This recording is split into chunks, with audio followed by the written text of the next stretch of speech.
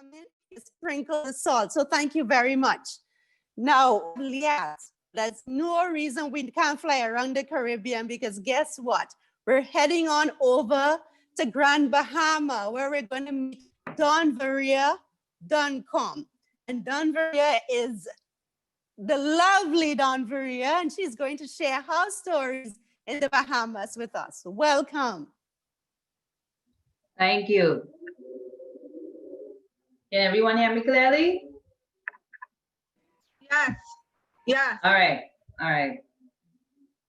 Once upon a time was a merry old time. The monkey chewed tobacco and he spit white lime. Now, once upon a time on Cat Island, an island way down south of the Bahamas, there lived the most handsome man in the entire Commonwealth of the Bahamas. His name was Mr. Roll. Mr. Roll was so handsome. All of the women who had daughters of marriageable age used to send everything that they could to get Mr. Roll to marry their daughters. You had Miss Sally, she used to send him cakes every week. You had Miss Lucy, she could have baked the best coconut tart and benny cake that there ever was. Now, because Mr. Roll was so handsome, his outside did not match his inside. His head was swollen times 10 and he was very arrogant. It was very common for Mr. Roll to propose to several women several times a month. Two of those women even made it up to the church steps.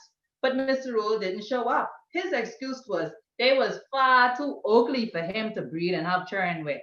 One girl, she ended up in bed for the entire week because Mr. Roll said her hair was too picky, her eye was goggle like fish, and her heel was hard. Boy, did she cry. Now his Grammy that raised him say, boy, you can pick, and you can pick, and you can pick until you pick a needle without eye. Mr. Roll did not listen.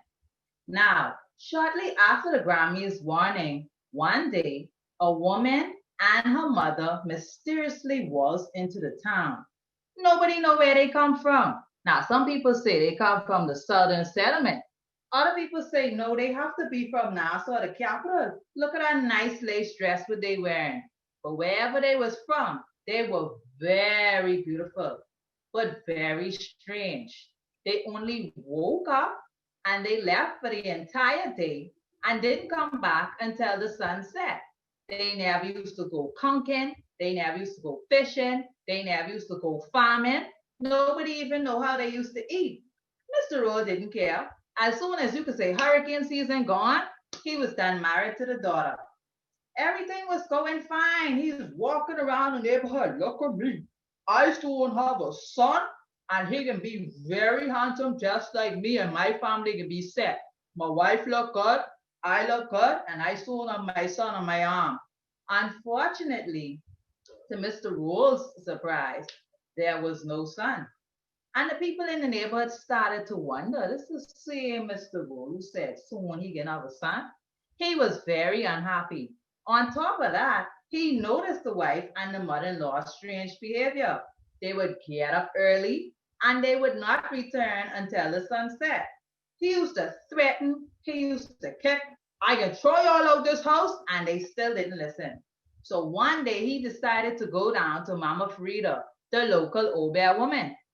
So he went to her and she set up her pipe. She said, you know what?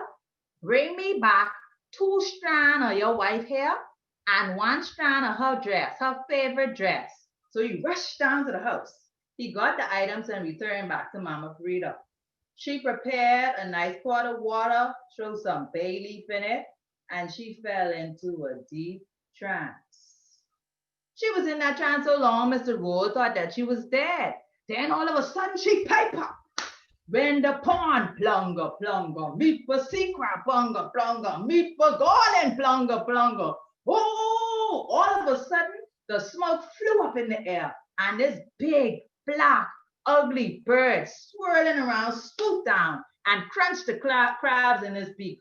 Oh, Lord, oh, boy, you're an old fool. You married a golden. That ain't no woman, that's a big, black, ugly bird. Now, only because me and your Grammy was good friends, even though you're an old, stupid fool, I can help you out because me and her born the same day. Now, listen carefully to what you have to do. She took a long rope and she tied 7 knots into the rope.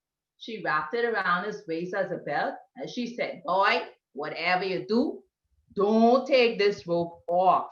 When you go home, sprinkle some salt around them and throw some bay rum over them and run back quickly to me." As soon as he got home and he saw his beautiful, darling wife laying down asleep, he said, "These old people need to stop smoking this funny pipe." After that, all night he tossed and he turned.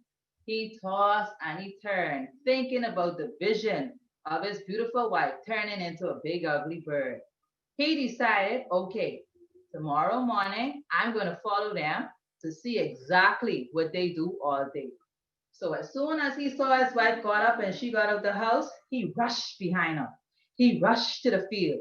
He rushed and he rushed all the way down to the lake under the silk cotton tree. And there he saw his mother-in-law and his wife standing in the middle of the lake.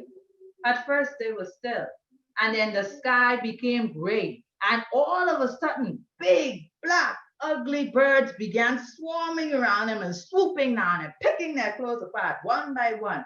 Then out came a beak and out grew the wings and out grew their legs. And lo and behold, it was the golem. Mr. Roll couldn't contain himself no more. "Oh!" he screamed in horror. They flew up into the air and discovered him there. They swooped down and plucked his eyes out and scooped him up in his beak, and they flew away. Now the old people say Mr. Roll and his wife gone foreign, which I guess could be partially true. Biddy Bo Band, I reached the end. I'll never tell a lie like that again.